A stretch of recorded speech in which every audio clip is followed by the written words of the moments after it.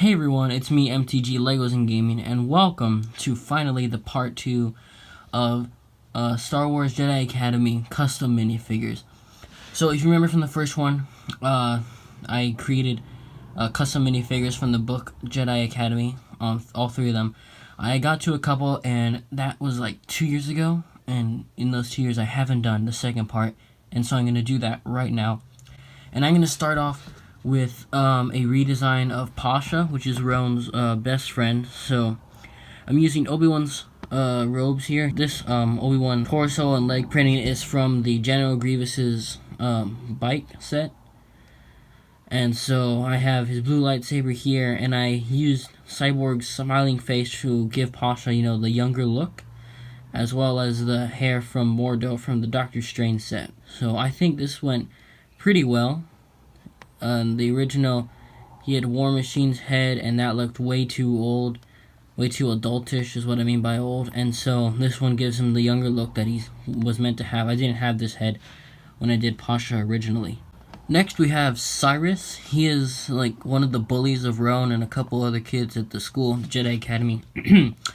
And he's pretty much just Darth Maul. You can see him in the top right corner over there. It's pretty much just Darth Maul with pointy ears and stuff like that. The tattoos aren't the same. I think in the book his head is like full red. Doesn't really have a lot of tattoos, but this is as close as I can get to that. And so I used I just used Darth Maul, and then the hands I just used some Spider-Man hands for that. And so yeah, that was Cyrus. And so next up is Ronald. I think in the third book he becomes somewhat of a bully to Ron. But in the first two, he's just, really annoying. He's cocky. He's cares only about himself. He's really selfish, self-centered. And so for this, I used Evan Peele's torso, Emperor Palpatine's leg printing, Dareth's brown hairpiece, and then the new Scott Lang smiling face. I believe this was also used in the Pirates of the Caribbean Dead Men Tell No Tales. I think he was used for the new character. I forget his name. I haven't seen the movie in a while, and so pretty sure that was used in that one, but it was also used in the Ant-Man and the Wasp set for Scott Lang, and I just used that here. Next up, we have Silva. Now, Silva is the same species as CC Tin, so I used CC Tin's head mold, the horns and the head part. I used young Obi-Wan's torso. I have him from that set with him and Qui-Gon versus Darth Maul on Naboo. And then for his head, Silva in the book is usually really worried, concerned, stuff like that. And so I just used Loki's worried face from the Thor Ragnarok set, the arena set. And so I just thought that fit perfectly for his character. Next up is Ron once more. So in the second book, Return of the Padawan, he kind of starts hanging out with Cyrus and the other bully. I forget his name. I think Crona.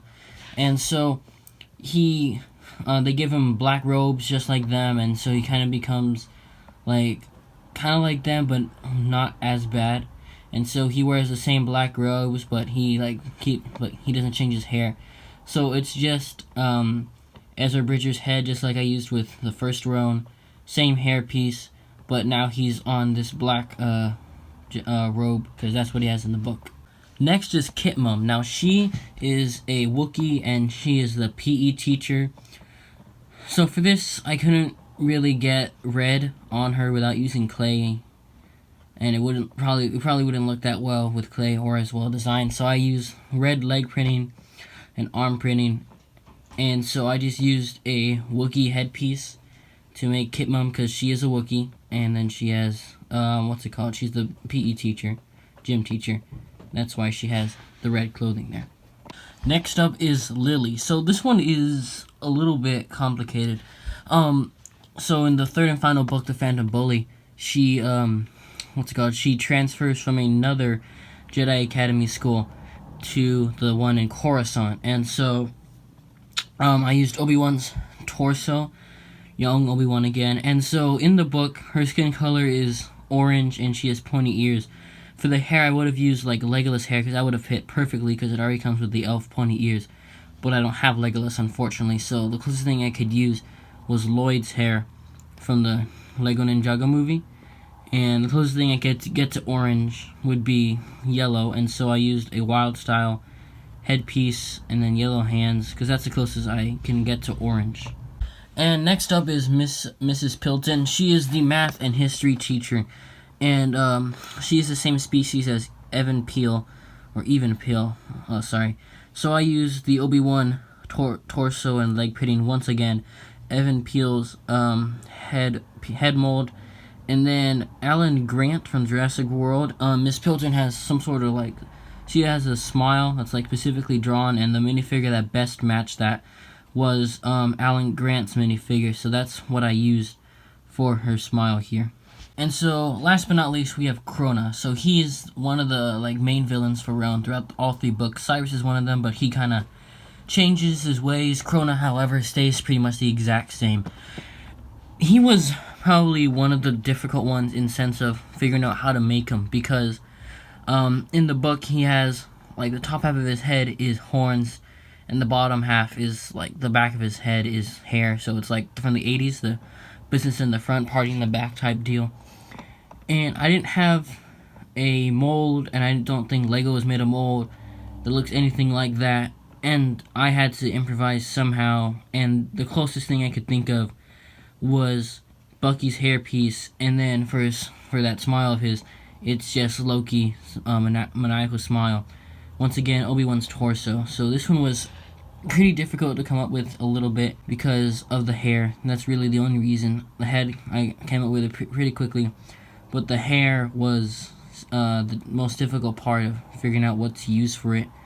So, those were my custom minifigures for the Jedi Academy. I hope you enjoyed them. I really like this series. It's by Jeffrey Brown. You should go check him out.